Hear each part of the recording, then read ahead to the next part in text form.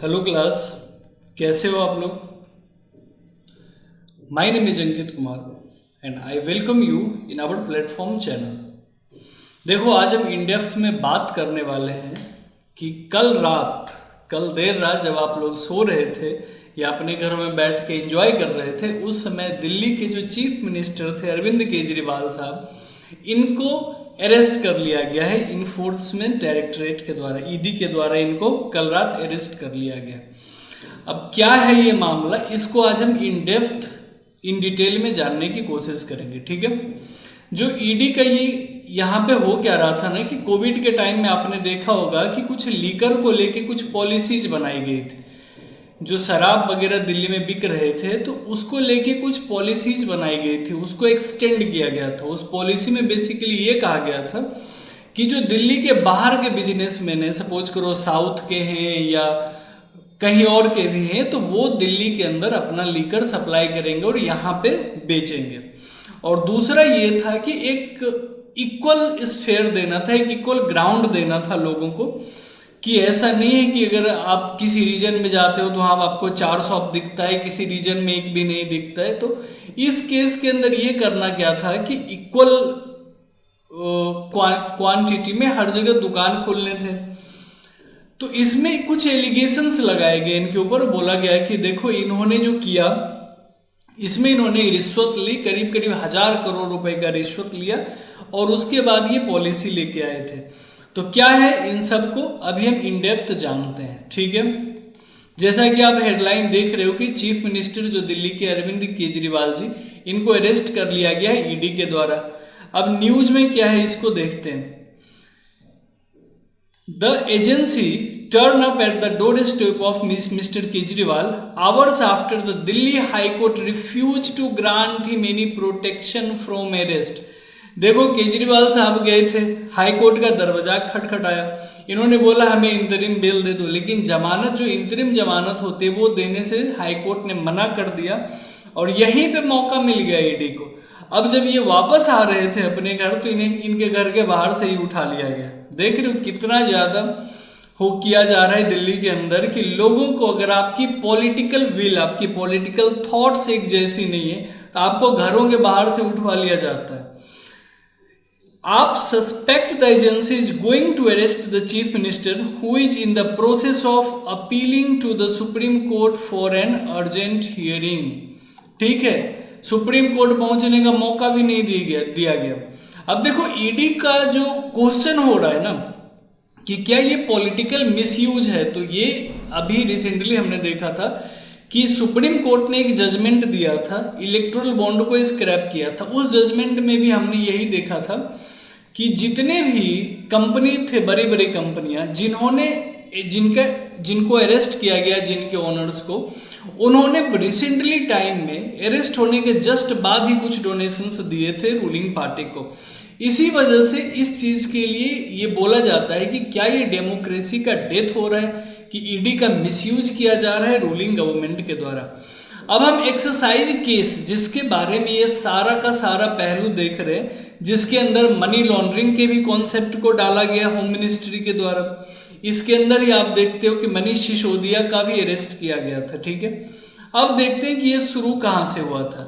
तो नवंबर 2021 में Delhi government implement करते हैं न्यू एक्सरसाइज पॉलिसी।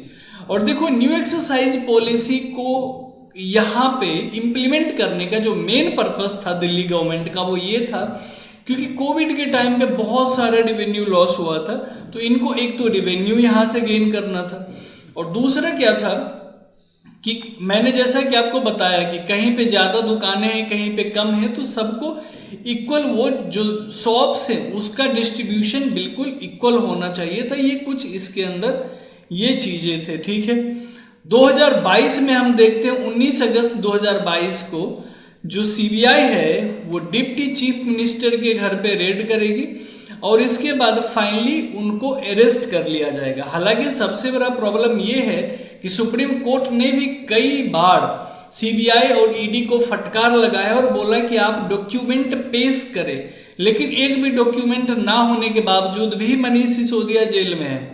क्यों? क्योंकि उनके ऊपर मनी लॉन्ड्रिंग का चार्ज लगा दिया है लगा दिया गया जो कि यूएपीए की तरह बिल्कुल वर्क करता है। इसीलिए सुप्रीम कोर्ट में चाह के भी यहाँ पे ज़्यादा कुछ नहीं कर पा रही है, ठीक है।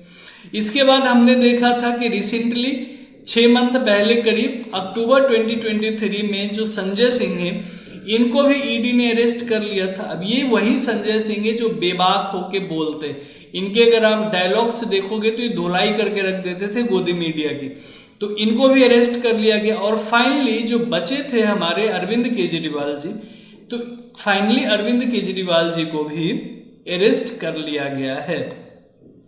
अब ये सारा का सारा केस जो है ये किससे रिलेटेड है, तो ये है भारत रक्षा समिति लीडर के कविता अरेस्टेड बाय ईडी। ये जो भारत रक्षा समिति है ना, इसी के बारे में बोला जाता है कि इसने पैसे दिए थे केजरीवाल को इस एक्सरसाइज पॉलिसी को पास करने के लिए। अब इसको देख लेते हैं एक बार कि क्या है इसके पीछे का बैकग्राउंड, ठीक है। देखो, जो मैंने भी आपको बताया कि भारत राष्ट्र समिति जो बीआरएस लीडर हैं, इनके ऊपर एक कॉन्स्पिरेंसी है कि अरविंद केजरीवाल और मनीष सिसोदिया जो है ना, इन्होंने कंप्लीटली एक फ्रेम किया था। एक कहा गया कि भारत राष्ट्र समिति के इनके साथ मिलके पूरी की पूरी फ्रेमिंग हुई थी, और इस फ्रेमिंग के अंदर ही इन्होंने लूटा है। दिल्ली के अंदर बैठ के इन्होंने पूरा का पूरा एक साउथ लॉबी बनाया था इसके नाम पे, और 100 करोड़ रुपए का इन्होंने ब्राइब लिया है। किस लिए? ताकि जो साउथ की कंपनी है वो दिल्ली के अंदर लीकर सप्लाई करे। इसके लिए कितना लिया है? 100 करोड़ रुपए का ब्राइबरी, जो कि ईडी ने अपने चार्जशीट में 1000 करोड़ दिखाया है। हालांकि अगर आप न्यूज वगैरह को फॉलो करते हैं तो उसमें आपको 100 करोड़ के आसपास ये देखने को मिलता है। तो ये चीज जो कि एक्सरसाइज पॉलिसी से जुड़े हुए की चीजें। अब दिल्ली हाई कोर्ट ने क्या फैसला दिया? दिल्ली हाई कोर्ट ने डिनाई क्यों किया, अब ये समझो। यहाँ पे the high court was hearing the Delhi chief minister's application for inter relief of no coercive action filed in his main writ petition challenging the summon issued by ED and the validity and interpretation of certain provisions of the Prevention of Money Laundering Act। देख रहे हो, ये जो PMLA act है इसको amend किया गया है रिसेंटली रूलिंग गवर्नमेंट के द्वारा, और जब से इसको अमेंड किया गया है तब से होम मिनिस्ट्री को एक पावर मिल गई है कि वो किसी को भी अरेस्ट कर लेती है इसके नाम पे। और यही वजह है कि मनीष सिसोदिया को भी अरेस्ट किया गया, संजय सिंह को भी अरेस्ट किया गया। इलेक्ट्रोल बॉन्ड वाले केसेस में भी हमने देखा कि बहुत सारे बिजनेसमैन को अरेस्ट किया गया, बाद में वो इलेक्ट्रोल बॉन्ड प्रोवाइड करते हैं और उसके बाद उन्हें आज़ादी मिल जाती है। तो यहाँ पे दिल्ली हाई कोर्ट ने इंतरिम जमानत देने से इनको मना कर दिया, बोला कि देखिए ये जो मनी लॉन्ड्रिंग केस है ना, इसके अंदर आपको इंतरिम जमानत नहीं दी जाएगी।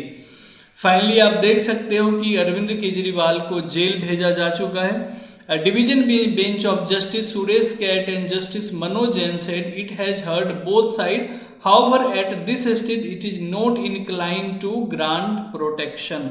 सुप्रीम कोर्ट ने भी क्लियर बोल दिया है कि अभी वो कोई प्रोटेक्शन नहीं देने वाले हैं अरविंद केजरीवाल को। अब देखो, मैं ये सवाल इसलिए उठा रहा हूं क्योंकि आपको भी सोचना चाहिए कि इलेक्शन का टाइम है। अगर इंडिया के अंदर कोई ओपोजिशन सबसे ज्यादा सवाल कर रही है, एक काम करके दिखा रही है, तो वो है आम आदमी पार्टी। और ऐसा क्यों हो रहा है कि सारे के सारे जो ईडी के रेट हो रहे हैं वो ओपोजिशन पार्टी के साथ क्यों हो रहे हैं? तो ये कुछ सवाल है जो एज ए यूथ आपको पूछना चाहिए। जब आप अपना वोट कास्ट करो तो आपको ये चीज सोचना चाहिए कि क्या जायज है और क्या गलत है यहाँ पे, ठीक है। तो ये था आज का आपका सेशन, आई होप आपको पसंद आया होगा। और हर दिन की तरफ मैं आज भी आपके लिए एक प्रैक्टिस क्वेश्चन लेके आया हूं, तो इसका आंसर आप मुझे कमेंट बॉक्स में दीजिएगा। तो मिलते हैं अगले सेशन में एक नए वीडियो के साथ, तब तक के लिए थैंक यू सो मच।